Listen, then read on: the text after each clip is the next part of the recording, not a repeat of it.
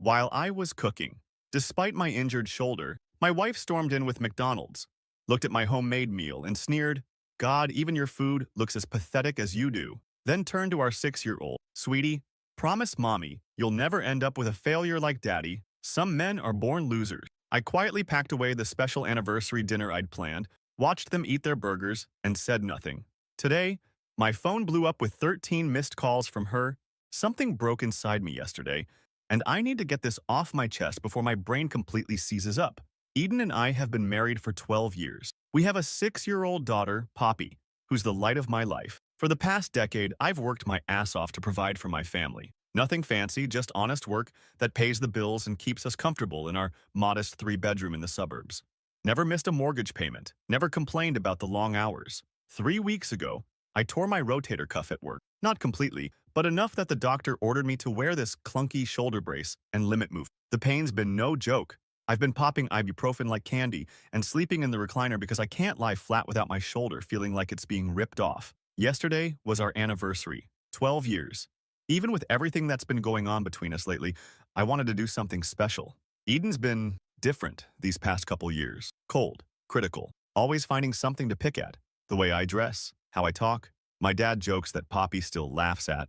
At first, I thought it was just stress from her job, but it's become this constant thing where nothing I do measures up. Still, I remember the woman I fell in love with, so I decided to surprise her with dinner. Her favorite, pan-seared salmon with that garlic butter sauce she used to rave about, roasted asparagus, and the sourdough bread I've been learning to make during recovery. Even made tiramisu from scratch because she mentioned missing it last month. All with one working arm while managing the pain that's been my constant companion. Poppy was excited to help, wearing the little apron her grandma got her for Christmas, carefully tearing lettuce leaves for the salad while I handled the stove work. Everything was almost ready. The table was set with the fancy plates we never use, candles lit, a small wrapped gift box, simple silver earrings I'd been saving for, placed by her wine glass. At 6:42 p.m., I heard Eden's car pull in. About damn time, I thought. She was almost an hour late. No text, no call. The salmon was already resting longer than it should have. The door slammed. Eden walked in holding McDonald's bags, still in her work clothes, looking annoyed. She spotted our setup and rolled her eyes. Not even a hello. My emotional transmission failed. I just stood there, good arm still holding the serving spoon, as she dropped the fast food on the counter and told Poppy to wash her hands. Then she looked at the food I'd spent hours preparing while in serious pain, and said those words I can't get out of my head. "God, even your food looks as pathetic as you do." I might have handled just that. Marriage has ugly moments. But what came next shattered something in me that I'm not sure can be fixed. She turned to our daughter, sweet innocent Poppy still in her little apron, and told her, "Sweetie, promise mommy you'll never end up with a failure like daddy. Some men are just born losers." Look, I'm not making this up or exaggerating. Those were her exact words, in front of our 6-year-old, about her father. Poppy's face crumpled in confusion. She looked at me, then at her mom, then at the table we'd set together. I could see her little mind trying to process what was happening. I didn't yell, didn't cry, didn't slam doors. My dad always said, "Son, your true character shows in how you behave when you're at your lowest." So I quietly packed everything away while they ate their burger. Eden scrolled through her phone. Poppy picked at her Happy Meal toy, subdued. The candles burned down. After they finished, I cleaned up their trash, blew out the candles, and went to the garage where I sat in my truck for an hour, just breathing through the rage and heartbreak. When I came back in, Eden was watching some reality show. She didn't look up.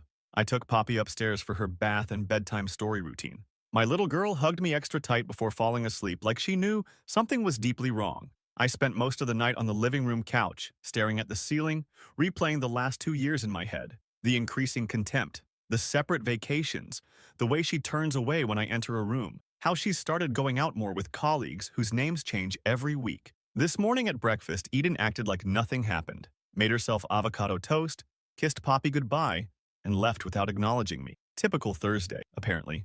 I took the day off, dropped Poppy at school, then sat in the parking lot trying to figure out what the actual fuck I'm supposed to do now. My dad's been gone 6 years, but I could almost hear him saying, "There's a difference between being patient and being a doormat, son." So I made 2 phone calls. First to my old buddy from high school who's now a divorce attorney, then to my sister, asking if Poppy and I could stay with her for a few days while I sort things out.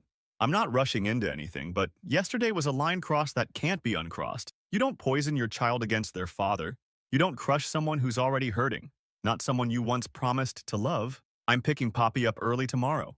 We're going to have a weekend at my sister's place while I figure out next steps.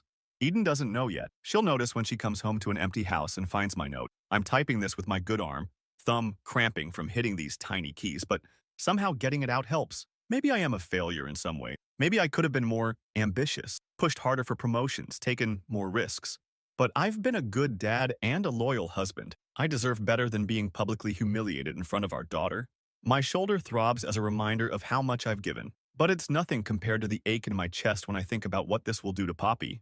This isn't the update I thought I'd be posting when I imagined our 12th anniversary, but here we are. Sorry for the wall of text. I'm not even sure what I'm looking for here. Advice? Validation? Just needed to get this off my chest before I explode. Update 1. It's been 16 days since the McDonald's incident. 16 days of living in the same house with someone who sees me as nothing but a breathing disappointment, and 16 days of executing what my dad used to call the long game. That weekend at my sister's place was exactly what Poppy and I needed. We baked cookies, watched cartoons, and for 2 whole days, nobody called anyone a loser. My sister Jen took one look at my face when we arrived and knew something was seriously wrong. After Poppy went to bed, I showed Jen the audio recording I'd made on my phone during the incident. Yeah, I started recording arguments a few months ago when Eden's gaslighting went into overdrive. My memory's not failing. Her version of events sure as hell is. Jen cried, then got furious, then asked me what the plan was. Look, I'd love to say I handled everything perfectly after that night, but the truth is I came close to just texting Eden that I wanted a divorce and blocking her number. Rage makes you stupid, and I was running hot. But my dad's voice kept echoing in my head. Preparation beats provocation every time, son. So instead of burning it all down immediately, I came home Sunday night with Poppy, acting like nothing had changed. Eden barely looked up from her laptop when we walked in. No questions about our weekend, no hug for Poppy, just asked if I'd picked up her dry cleaning. I hadn't. The shoulder brace I was still wearing apparently wasn't explanation enough. That night, I started my checklist. First thing Monday, I opened a new bank account at a different bank. Transferred half-hour savings, not a penny more, everything documented. Changed my direct deposit information at work. Made copies of all our financial records, birth certificates, and property documents. Boring, tedious stuff, but necessary. I contacted a therapist who specializes in children of divorce. Had a video consultation during my lunch break in my truck. She gave me some solid advice about supporting Poppy through this without trash-talking her mother. Hardest part of this whole thing, if I'm being honest. Wednesday was the tough one. I drove to Eden's parents' house while she was at work. Her mom made coffee while her dad studied me with that quiet, measuring look he gave. These are good people who raised a daughter I no longer recognize. I showed them the recording, showed them screenshots of Eden's texts over the past few months. Her dad's hands shook when he set down his mug. They asked if there was any chance of fixing things. Marriage counseling, maybe? I just played another recording from 2 months ago when I'd suggested exactly that. Eden had laughed and said she didn't need a mediator to tell her she'd married beneath her potential. Her parents' faces said everything. Then came the moment I hadn't planned. Eden's mom asked me point blank if I thought there was someone else. I hadn't wanted to go there. Didn't want to seem like the bitter husband inventing excuses. But the question unlocked something. All those late nights, working, the mysterious weekend conferences, her suddenly password protecting her phone last month after years of leaving it unlocked. That night while Eden was in the shower, I checked her phone. Yeah, I know how that sounds, but marriage has different privacy boundaries than normal relationships, and she'd been openly using my fingerprint to check mine for years. What I found wasn't explicit affair evidence, but something almost worse. Hundreds of texts with her boss, Jake, not just work stuff, inside jokes, complaints about me, heart emojis, plans for dinners while telling me she was working late, messages about how I just don't understand her like he does. The emotional affair playbook, highlighted and dog-eared. I took screenshots, sent them to myself, then put her phone back exactly where it was. Information is power, and right now I needed every advantage. The next phase was harder. I had to keep living normally while documenting everything. I started teaching Poppy to make simple meals on Saturday mornings.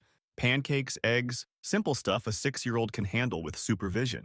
Eden walked in during our 3rd cooking lesson and just stared, like she couldn't process the image of her daughter learning from the husband she'd written off. She's getting suspicious now. My sudden calmness is throwing her off balance. The way I no longer flinch at her criticism, how I've started taking Poppy for ice cream after school twice a week without asking Eden's permission first. The shoulder exercises I do every morning, getting stronger literally and metaphorically. Last weekend, I took Poppy to the Children's Museum 2 towns over. Eden texted asking where we were. I replied 6 hours later with just out, home for dinner. Her response was 17 texts in a row, escalating from annoyed to threatening. I showed them to my attorney the next day. He just nodded and added them to the file. I've been quietly reconnecting with mutual friends. Eden had slowly isolated me. Nothing dramatic, just a message here, a coffee there. Not for revenge, but to re-establish my support network. You'd be surprised how many people noticed the change in Eden but didn't know how to bring it up. Meanwhile, Eden's getting louder, more openly hostile, like she's trying to provoke me into doing something stupid. Last night, she accidentally knocked over my water glass onto my phone during dinner. When I calmly cleaned it up without reacting, something flashed in her eyes. Fear, maybe. The realization that her usual tactics aren't working. This morning, I had a pre-work meeting with my attorney. We finalized the divorce filing papers. They're sitting in an envelope in my truck right now. Tomorrow is the day. I didn't plan for this to align with my paycheck schedule, but it worked out that way. My shoulder's healing faster than expected. Poppy asked me this morning if we could have another sleepover at Aunt Jen's house soon. All the pieces are in position. I just picked Poppy up from school. We're heading to my sister's place for the weekend. I didn't tell Eden. My phone's been on a silent, tucked away in my jacket pocket. When I finally checked it at a gas station, I saw 13 missed calls from Eden in the past hour. Let her panic. Let her wonder. For 2 years, she's made me feel small in my own home, made our daughter witness her father being torn down day after day, told a 6-year-old that her daddy is a born loser. Monday morning, Eden's going to discover just how wrong she was about that. Finally, update. Something weird happened this morning. I was making pancakes in our new apartment kitchen while Poppy watched Saturday morning cartoons, and I realized I couldn't remember the last time my shoulder hurt.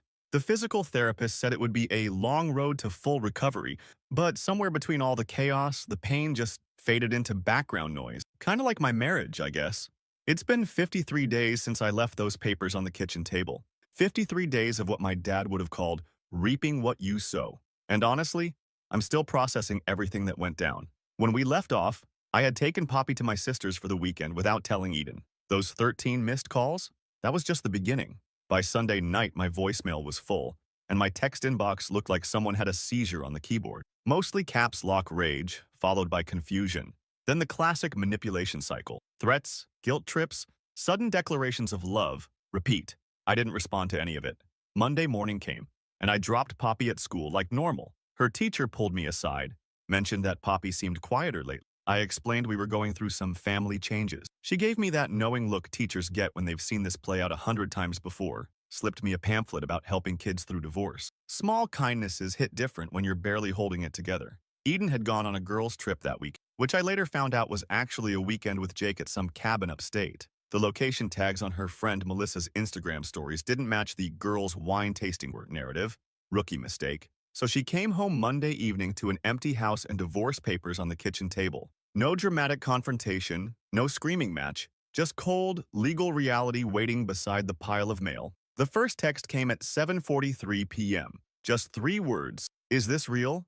I didn't answer that one either. At 9:16 p.m., she showed up at Jen's place, eyes swollen, makeup smeared, looking nothing like the polished woman who'd called me pathetic over homemade salmon. My sister answered the door while I stayed in the guest room with Poppy. The shouting started immediately, Eden demanding to see her daughter, Jen calmly explaining that it was past Poppy's bedtime, Eden threatening to call the cops. Jen, bless her, simply pulled out her phone, showed Eden the recording from our anniversary dinner, and asked if she really wanted the police to hear how she spoke to her husband and daughter.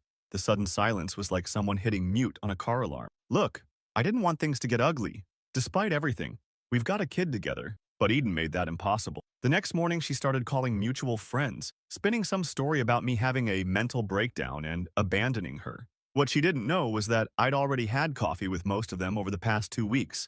Not to trash talk her, just to reconnect and be honest about what was happening. Her campaign backfired spectacularly when Mike, who we've known since college, texted her back simply, "We've heard the recordings, Eden." By Wednesday, Eden's mom called me, not to guilt trip or defend her daughter, but to ask if Poppy was okay. That conversation broke something. Her voice cracked when she told me that Eden had always been their challenging child, competitive, perfectionistic, never satisfied. She worried they'd failed her somehow. I reassured her that she and her husband were always welcome in Poppy's life, regardless of what happened with the divorce. The real fireworks started when Eden discovered I'd already moved half our savings. Her text was a masterpiece of keyboard smashing and creative spelling. Then came the email from my attorney, letting me know Eden had tried to empty our joint checking account but found it already closed. My attorney had suggested this move the day I filed. Smart guy. Week 2 brought a new level of desperate. Eden showed up at my workplace, making a scene in the parking lot. Coworkers awkwardly pretended not to notice as she followed me to my truck, alternating between tearful pleas and hissed threats. I just kept walking, repeating only, "Contact my attorney." My supervisor, who'd dealt with his own ugly divorce last year, just nodded at me when I walked back in. No questions asked. Bros who've been through it just know. Then came the Jake situation. I didn't plan this part, swear to God. Apparently, someone, not me, sent screenshots of Eden and Jake's texts to HR at their workplace. Office relationships aren't technically banned there, but the text showing them planning to use company time and resources for their meetups, that crossed some policy lines. Eden's Thursday night panic spiral of texts accusing me of ruining her career confirmed the fallout. I didn't respond, but I can't pretend I felt bad about it. The hardest part was helping Poppy understand what was happening without demonizing her mother. The child therapist suggested simple, honest explanation. Mommy and Daddy aren't getting along and need to live in different houses for a while. Poppy's main concern was if she could still have her stuffed bunny collection at both homes. Kids are amazingly resilient when adults don't drag them into the drama. Week 3, Eden started the desperate measures. First came the love bombing, flowers delivered to Jen's, returned to sender, a teary voicemail about remembering why we fell in love deleted, even a handwritten letter about couples counseling filed with my attorney. When that didn't work, she pivoted to using Poppy, suddenly becoming Mother of the Year during her visitation days, buying excessive gifts and talking about when we're all back home together. The therapist warned me this might happen. 5 weeks in came Eden's rock-bottom moment. During Poppy's school spring concert, Eden showed up late, clearly buzzed, and tried to make a scene about sitting in the family section with us. When the teacher gently redirected her to an empty seat in the back, Eden burst into tears, loud enough that several parents turned around. Poppy's little face when she spotted her mother being escorted out by the vice principal, that image still keeps me up some nights. The settlement negotiations started last week. My attorney sat across from hers, calmly laying out our terms. Nothing vindictive, just fair division of assets, shared custody with clear boundaries, and child support based on our income differences. Eden's lawyer kept glancing at her as she rejected every reasonable offer. Finally, my attorney simply opened a folder and placed the evidence collection on the table. Recordings, screenshots, witness statements from friends and family, documentation of her behavior at Poppy's school.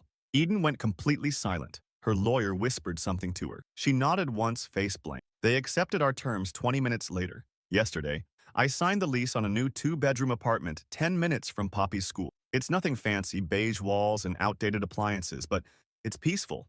No walking on eggshells, no bracing for the next cutting remark. Just me and my daughter making pancakes on Saturday mornings while cartoons play in the background. Eden's still calling, but less frequently. Her last text just said, "I didn't think you'd actually leave. 12 years together, and she never really knew me at all." My supervisor called me into his office Friday. I thought maybe there was an issue with all the personal time I've taken, but instead he offered me a small promotion. Nothing life-changing, just a step up with a bit better pay. First, good news in months. This morning, Poppy asked if we could invite her grandparents over for dinner next weekend. She wants to show them my special dinner that never got eaten that night. So I'm going to make that anniversary salmon again. This time, it'll be appreciated. Weird how life works out sometimes. Eden thought I was a born loser, but turns out I was just born into the wrong marriage, and now I'm finally free of it.